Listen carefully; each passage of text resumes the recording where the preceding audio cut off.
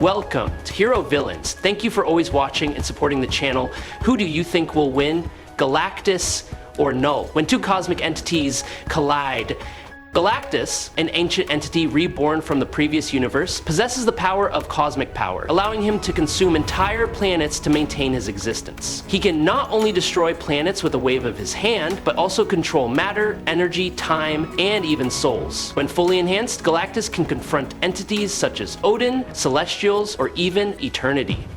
Knull is the creator of symbiotes and the embodiment of pure darkness. Knull can not only create evil parasitic creatures, but also has the ability to manipulate darkness, regenerate bodies, and control ancient mystical energies that are beyond the laws of physics. Knull's ultimate weapon, the All-Black Necrosword, has even slain a celestial. Before we dive into the analysis, please hit the subscribe button and remember to turn on notifications by clicking the bell icon. Thank you very much. Galactus was once a man named Galen, born in the 6th universe of the multiverse, a place dedicated to science. Galactus, known as the Eater of Worlds, is the ultimate manifestation of cosmic hunger. He exists as an inescapable law of the universe, a force that transcends the concepts of good and evil. Every time he appears, he brings with him a sense of terror that pervades all things, for his existence is tied to the collapse of the entire planet. Galactus needs no reason, for he himself is the need to balance the universe through consumption. He is a cosmic being with virtually unlimited power. Galactus possesses the ability to manipulate energy on a cosmic scale, can restructure matter and bend space and time at will. He can create and destroy life in a moment, and his knowledge spans all dimensions. Galactus has confronted and defeated many superhuman beings such as Thor, the Silver Surfer, and even the Celestials, who are considered the evolutionary lords of the stars. He often chooses individuals as his heralds, typically the Silver Surfer, infusing them with a portion of the cosmic power to search for suitable planets for him to consume. He was once threatened by the Ultimate Nullifier, a device that could erase all beings from the timeline. However, he not only survived, but also continued to exist as an immutable pillar of the universe. Galactus's existence is not bound by physical limits, but is tied to the fundamental structure of the universe, as an inevitable cycle of creation and destruction. Galactus once confronted Dormammu in the Dark Dimension, where the laws of physics are bent and magic dominates all things. After absorbing energy from several other dimensions, he entered Dormammu's Dark Realm and quickly overwhelmed its ruler. Not only did he defeat him, but he also completely destroyed his existence. Galactus was not only a planet-consuming being, but also a primordial force emanating from the astral plane. With this power, he is above every individual who has ever touched the power of the cosmos, including the Silver Surfer, Iron Man, and Carvok. Although a super-powered version of Tony Stark's Iron God has been willing to confront abstract entities and compare his power to the Infinity Stones, that still does not put him on par with Galactus. Carvok, who has defeated both the Living Tribunal and the In-Betweener, is a testament to his immense power on a cosmic scale. However, Galactus has fought the In-Betweener on equal terms while he was in possession of an Infinity Stone. Here's the key point. When Galactus is at his most powerful,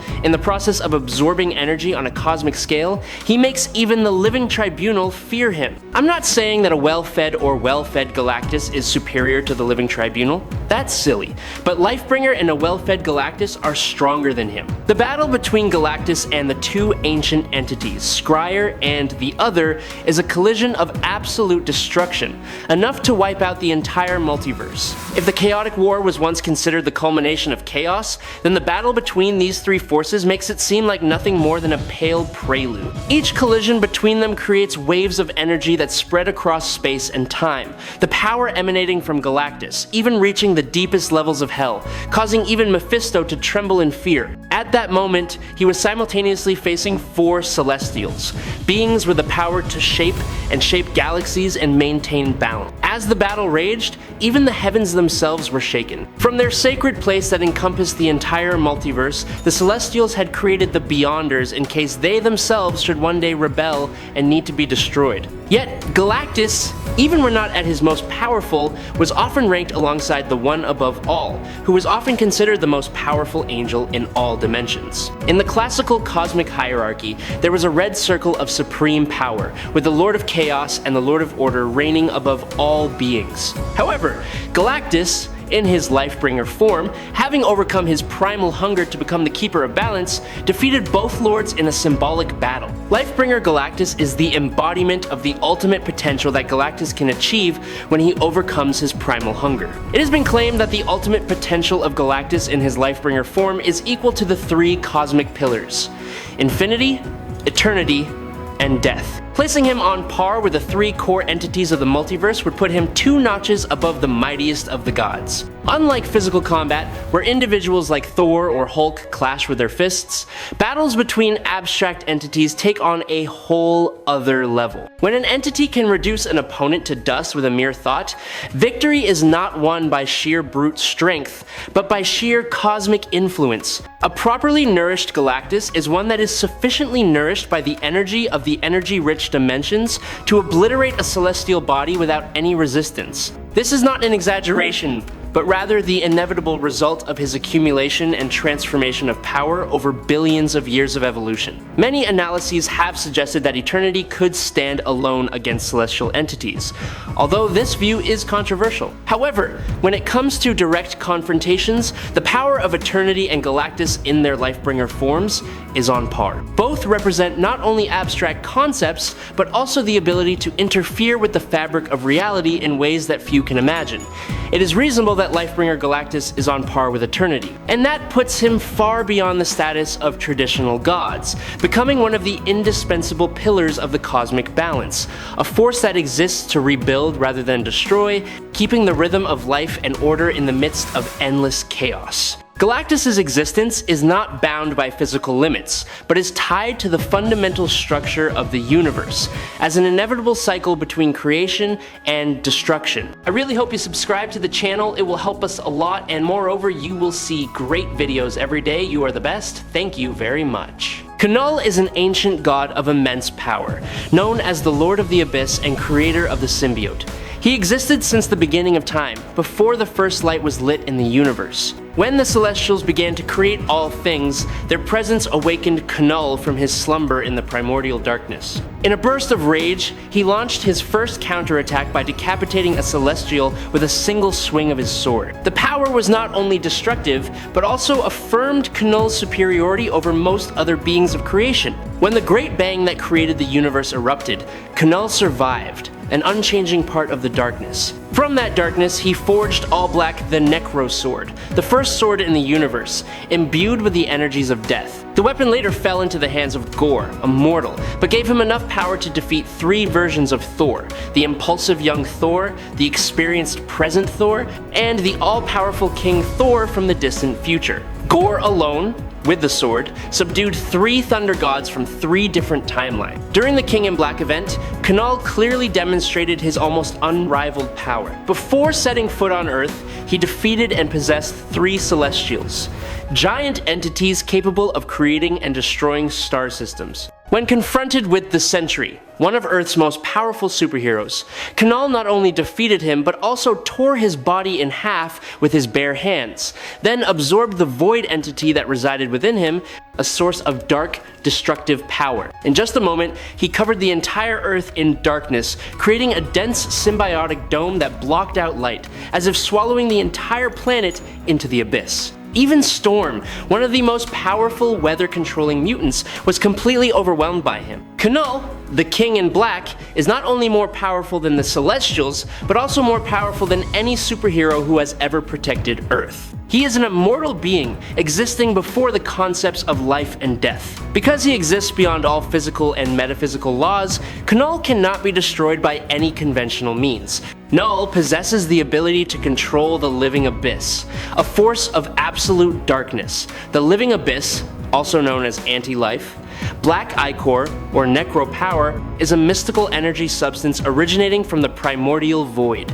In essence, it is the antithesis to the creation of life and light brought by the Celestials. The living abyss represents a polarity. A mass of matter that lives in absolute darkness is sentient and can expand and consume anything that touches light. It is a structural piece closely tied to Oblivion, an ancient entity that represents the absolute void and is the complete opposite of the concept of existence. When Eddie Brock merged with the Enigma Force and became Venom in his Guardian of the Universe form, he transcended all physical and sensory limitations, entering a higher dimension where the symbiote hive exists. This is a collective mind space, connecting every symbiote that has ever existed in time and space, operating as a beehive of consciousness that stretches across the depths of the galaxy. There, Eddie realized that Knull was not truly dead. Unlike other time travelers, Venom in this form can manipulate reality in a more complex way. He is present in multiple points in space and time at the same time, causing the confrontation between him and Knull to span countless planes of reality. Their battles reverberated like thunder through the atmosphere, shaking the very fabric of space. The most terrifying thing is the nature of Knull's existence.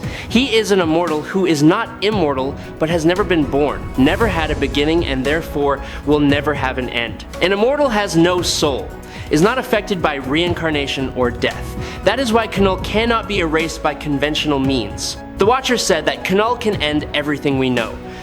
That is, everything is creation. Knull can end all creation.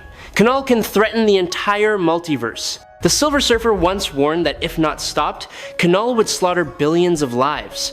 And what happened next proved him absolutely right. After escaping from Clintar, the planet formed from the sealed symbiotes, Knull began his journey back to Earth. Along the way, he sowed destruction on many worlds. One of the destroyed planets was Fallow, home to a species of intelligent birds with a developed civilization. Not a single living being survived under his shadow. He is a primordial dark god, with no laws to bind him. Knull's existence comes with an eternal curse for all life. Thousands of planets have been wiped off the map of the universe without anyone remembering their names. The symbiotic entities he created, especially the symbiote dragons, have also caused terrible damage. A single dragon has killed up to 2 billion people, and the number is still growing. These dragons fly through space like giant black spots, engulfing the planet in darkness and blood. The Angels of the Fourth Legion, whose power can rival that of the super cosmic entities, are not spared from his grasp. Isan was completely destroyed, while 3 other angels, Arishem, Ziran, and Jemiah, were captured and enslaved under Knull's control. What is terrifying is that Knull seems to prefer to use them as tools instead of destroying them outright, showing his cold and ruthless strategy. What is even more astonishing is that at that time, the sword he used had not yet been forged. After killing a Celestial, he used the remaining energy to create the All-Black Sword, the first weapon in the universe, which later became a symbol of absolute destruction. Since then, the sword has been associated with blood, darkness, and the end of hope, passed from hand to hand as Knull's bloody legacy. Galactus has faced many Celestials in battles of cosmic proportions. In one fierce clash,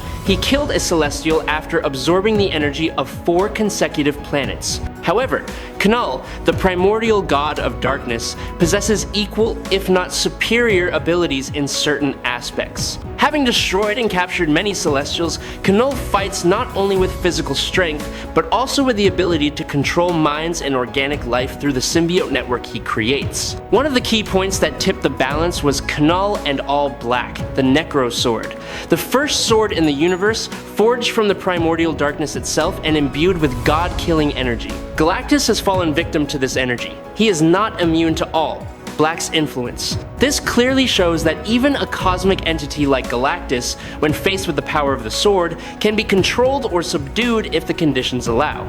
It is important to emphasize that Knull does not act alone. He controls a vast army of symbiotes, each closely linked to his central will.